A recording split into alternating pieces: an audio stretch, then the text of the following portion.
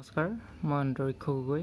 এইটো মোৰ first video'. যিহেতু ফাৰ্ষ্ট ভিডিঅ' সেইবাবে বুজোৱাটো ইমান ভাল নহ'বও পাৰে, আপোনালোকে এডজাষ্ট কৰি ল'ব।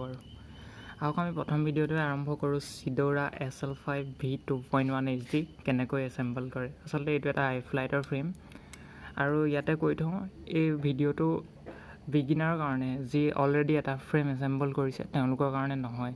যি ফ্ৰেম এছেম্বল কৰিছে তেওঁলোকে এনেও পাৰিবই, তথাপিও বিগিনাৰবোৰ অকণমান অসুবিধা হয়। ময়ো প্ৰথম ফেচ কৰিছিলোঁ এছেম্বল কৰোঁতে। আহক কেনেকৈ এছেম্বল কৰে চাওঁ। আপোনালোকে এইখন চাইও এছেম্বল কৰিব পাৰে, বাট এইখনত ইমান ক্লিয়াৰলি চব মেনশ্যন নাথাকে। বিগিনাৰৰ কাৰণে অকণমান অসুবিধা হয়। ইয়াত চব মেনশ্যন কৰা থাকে, তথাপি ডায়েগ্ৰামটোৰ লগত ইমান মই প্ৰথম অসুবিধা পাইছিলোঁ। এছেম্বল কৰিবৰ বাবে আমাক লাগিব এটা স্ক্ৰুড্ৰাইভাৰ ছেট। ইয়াত আপুনি চাই ল'ব T8টো এই স্ক্ৰুড্ৰাইভাৰ ছেটটোৰ মতে ইয়াত পাৰফেক্ট হয় ইয়াৰ স্ক্ৰুকেইটাৰ লগত। যিহেতু এইটোৱেই পাৰফেক্ট, মই ইয়াৰে এটা ব্যৱহাৰ কৰিম। প্ৰথমতে আপোনালোকৰ সুবিধাৰ্থে এটা কাম কৰি ল'ব। এই 4mm স্ক্ৰু আৰু 9mm স্ক্ৰুকেইটা এইকেইটা যিহেতু প্ৰয়োজন নহয়, সেইবাবে এইকেইটা আঁতৰাই থৈ ল'ব। এইকেইটাই নহ'লে আপোনালোকক কনফিউজ কৰিব। 4mm আৰু 9mm। আমাক ইয়াত বিশেষকৈ 8mm স্ক্ৰু ব্যৱহাৰ হ'ব। 8mm আৰু 12mm, 14mm আৰু এইকেইডাল ষ্টেণ্ড অফ এক্সট্ৰা প্ৰত্যেকটো চাইজৰ এডাল দিয়ে। প্ৰথম আহিব আপোনাৰ 28mm, তাৰপৰা 22mm, এইকেইটা 22mm, তাৰপৰা 20mm। এইকেইডালৰ প্ৰয়োজন হ'ব। প্ৰথমতে এইকেইডাল এনেদৰে থৈ ল'ব, চাই ল'ব এনেদৰে মিলাই কোনটো পজিশ্যনত খাপ খায়, এনেদৰে মিলাই চাই ল'ব।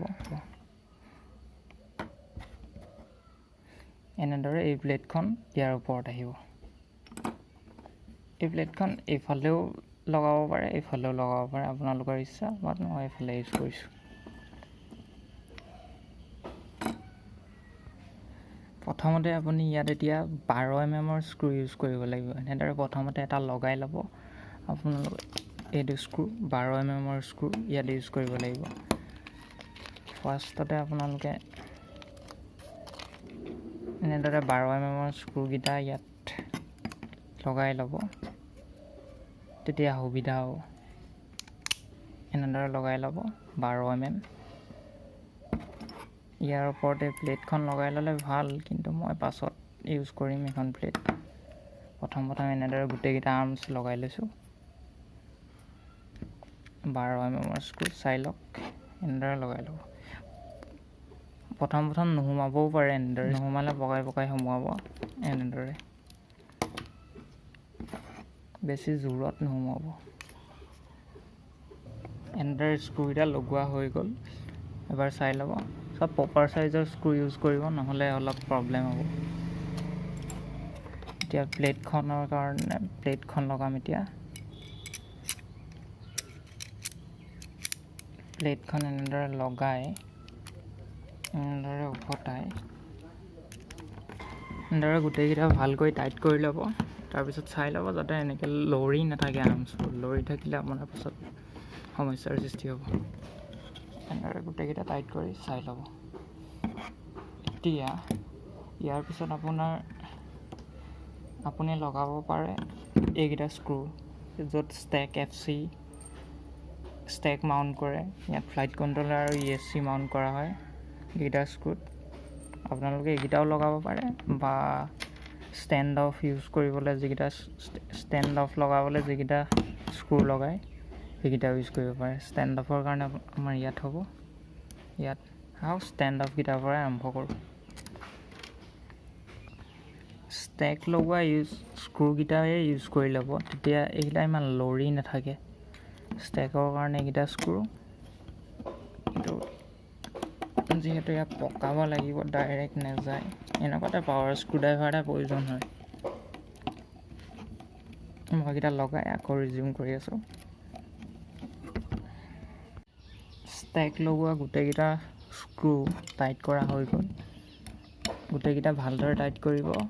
আৰু এটা চাব অভাৰ টাইটো নকৰিব অভাৰ টাইট কৰিলে আপোনাৰ ফ্ৰেমটো ডেমেজ হ'ব পাৰে এতিয়া আহোঁ ষ্টেণ্ড আপৰ স্ক্ৰুকেইটালৈ ইয়াত আপোনাৰ ইউজ হ'ব 8 mm নহয় 14 mm স্ক্ৰু এইকেইটা স্ক্ৰু ইউজ হ'ব ইয়াত 14 mm স্ক্ৰু 4ডাল ষ্টেণ্ড আপ ইউজ হ'ব ইয়াত এনেদৰে 14 mm স্ক্ৰু এটা ল'ব আৰু এইফালেদি এইটো ইয়াৰ ষ্টেণ্ড আপৰ জেগা এইটোত পকাই টাইট কৰিব ইয়াত 14 mm স্ক্ৰুৱে ইউজ কৰিব নহ'লে আপোনাৰ অসুবিধা হ'ব সিটো চাইডে স্ক্ৰুটো চুটি হৈ যাব আৰু ষ্টেণ্ড আপকেইডাল লগাব নোৱাৰিব এইটো 12 mm আৰু এইটো 14 mm অলপ বেছিকৈ ওলাই আছে কাৰণ ইয়াৰ ওপৰত ষ্টেণ্ড আপকেইডাল লাগিব আৰু ষ্টেণ্ড আপকেইডাল ভালকৈ টাইট কৰিব নহ'লে পাছত এফালে উঠি থকাৰ ফলত আপোনাৰ কেমেৰা মাউণ্টিঙৰ যিকেইখন প্লেট সেইকেইখনত প্ৰব্লেমে দেখা দিব ইয়াত আচলতে 22 mm নহয় 20 mmৰহে ষ্টেণ্ড আপ ইউজ কৰিব আৰু ষ্টেণ্ড আপকেইডাল ভালকৈ লগাব আকৌ কৈছোঁ ভালদৰে টাইট কৰিব নহ'লে পাছত কেমেৰা মাউণ্টিঙৰ প্লেটকেইখনত অলপ সমস্যাই দেখা দিব আকৌ আপোনালোকে খুলি টাইট কৰি থাকিব লাগিব নহ'লে গোটেইকেইটা ভালদৰে চাই লওক এই স্ক্ৰুকেইটা লগাই নল'লে এইকেইটা ষ্টেক মাউণ্ট কৰা স্ক্ৰুকেইটা যদি লগাই নলয় তেতিয়া ষ্টেণ্ড আপকেইডাল টাইট কৰিবলৈ অকণমান সুবিধা হয় সেইবাবে প্ৰথমতে ষ্টেণ্ড আপ লগাই লওক প্লায়াৰৰ সহায়ত এনেদৰে টাইট কৰি ল'ব এতিয়া এই ষ্টেণ্ড আপকেইডাল লগোৱা হৈ গৈছে যিহেতু এতিয়া ফ্ৰণ্টৰ যি দুডাল 28 mm ষ্টেণ্ড আপ সেইকেইডাল লগাই আহক সেইকেইডাল লগাবৰ বাবে আপোনালোকে 8 mm স্ক্ৰু ইউজ কৰিব পাৰে আৰু আপোনালোকৰ ইচ্ছা TPU ইয়াৰ লগত হয় TPU পাৰ্টছবোৰ 3D প্ৰিণ্টেড পাৰ্টছ আপুনি ইউজো কৰিব পাৰে আৰু নকৰিব পাৰে ফ্ৰণ্টৰ ষ্টেণ্ড আপকেইডাল লগোৱা যিহেতু হৈ গৈছে এতিয়া আহোঁ পিছৰ ফালে ষ্টেণ্ড আপকেইডাল লগোৱা ইয়াতো আপুনি তলত 8 mm স্ক্ৰু ইউজ কৰিব পাৰে তো 8 mm স্ক্ৰু ইউজ কৰিব পাৰে তলৰ ফালে ওপৰ ফালে নহয় আকৌ ওপৰ ফালে আপোনাৰ 12 mm নহ'লে বা তাতকৈ দীঘল স্ক্ৰু ইউজ কৰিলে ভাল কিয় মই কৈ আছোঁ আপোনালোকক ৰ'ব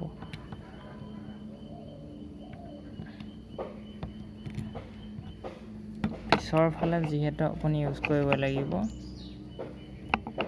22 mm ষ্টেণ্ড আপ এইকেইডাল এনেদৰে এইকেইডালো ভালদৰে টাইট কৰি ল'ব এনেদৰে গোটেই ষ্টেণ্ড আপকেইডাল লগাই ল'ব ভালদৰে ইয়াৰ পিছত আহিব এই 3D প্ৰিণ্টেড পাৰ্টটো ইউজ কৰিব পাৰে আপোনালোকৰ ইচ্ছা কৰিব পাৰে নকৰিব পাৰে ইয়াত digital FPV unit DJ air unit লগাবলৈ এইটো দিছে আচলতে ইয়াত আপোনাৰ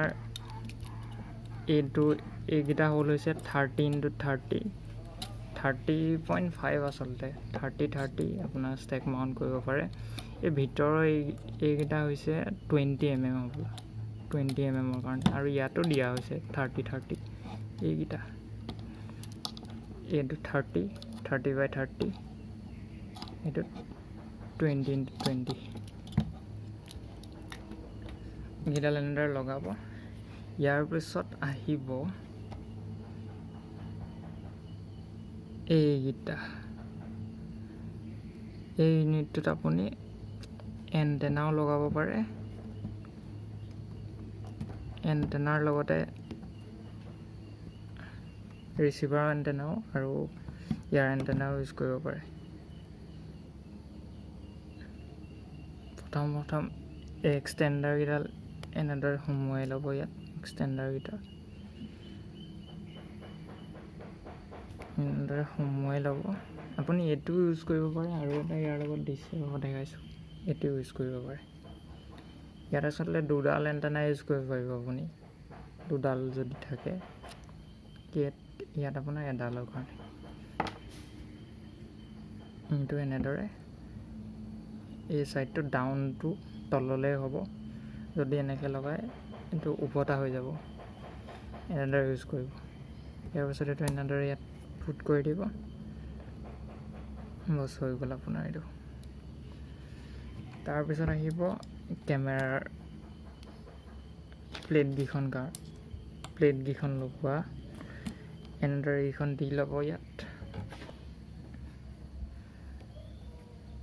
এইটো আচলতে এইটো বেটাৰী পেড বুলি কয়, এইটো মই আগতে লগাই থৈছোঁ। আপুনি এনেকুৱা দুখন আহে ইয়াৰ লগত, চবৰ লগতে আচলতে দুখনেই আহিব, এনেদৰে দুখন আহিব, এখন ইয়াত লগাব পাৰে। মইতো আগতে লগাই থৈছোঁ এনেদৰে। ইয়াৰ ওপৰত 8 mm স্ক্ৰু ইউজ নকৰিব, ইয়াত পাৰিলে 12 mm বা তাতকৈ দীঘল স্ক্ৰু ইউজ কৰিব। এইটো 12 mm স্ক্ৰু দুটাই আছেগৈ আৰু 12 mm স্ক্ৰু ইয়াত বেক চাইডে ইয়াত 12 mm স্ক্ৰু ইউজ কৰিব। যিহেতু ইয়াতে এক্সটেণ্ডাৰকেইটাৰ ভিতৰেদি গৈ ষ্টেণ্ডআপকেইডালত লাগিব লাগে স্ক্ৰুটো। এতিয়া বাকী যিমান আছে আপুনি তাত 8 mm স্ক্ৰু ইউজ কৰিব পাৰে। আপোনাৰ যদি ভালকৈ টাইট নকৰে ষ্টেণ্ডআপকেইডাল, এইটো সমস্যাই দেখা দিব। এইটো চাওক, এনেদৰে কেমেৰা মাউণ্টেড প্লেটকেইডাল এতিয়া যিহেতু টাইট কৰা হৈছে, সেইবাবে এইটো সমস্যা হোৱা নাই। মোৰ প্ৰথম এই সমস্যাটো হৈছিলে।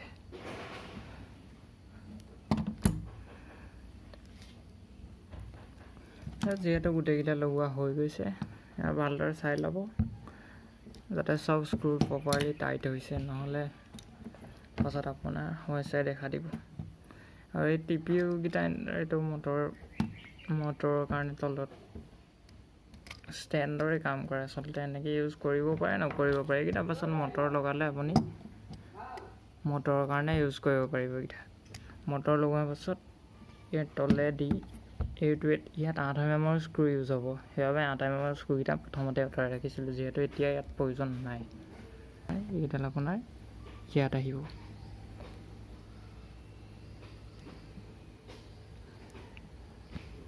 ইয়াত এনেদৰে ইউজ কৰিব পাৰে, এইকেইটা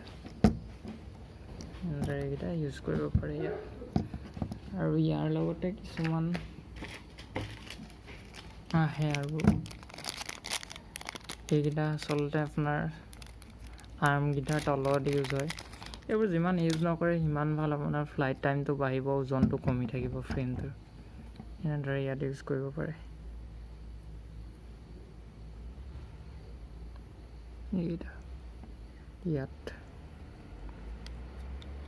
TPU পাৰ্টবোৰ ইউজ নকৰিলে ভাল, কাৰণ যথেষ্ট অলপ ওজন বঢ়াব এইকেইটাই, আৰু আপোনালোকৰ ফ্লাইট টাইম কমাই তুলিব। গোটেই ফ্ৰেমটো এছেম্বল কৰা হৈ গৈছে। এছেম্বল কৰাৰ পিছত এনেধৰণৰ হয়। ধন্যবাদ ইমান দেৰি ধৈৰ্য ধৰি চাই থকাৰ বাবে। যদি কিবা এটা শিকিলে লাইক এটা মাৰি দিব, আৰু যদি ভাল লাগিলে লাইক মাৰিব, আৰু যদি কিবা বেয়া লাগিলে ডিছলাইক মাৰি দিব। যিহেতু প্ৰথম ভিডিঅ' ইয়াত যথেষ্ট কিছুমান খেলি মেলিও হৈছে, তাৰ বাবে ক্ষমাও কৰিব।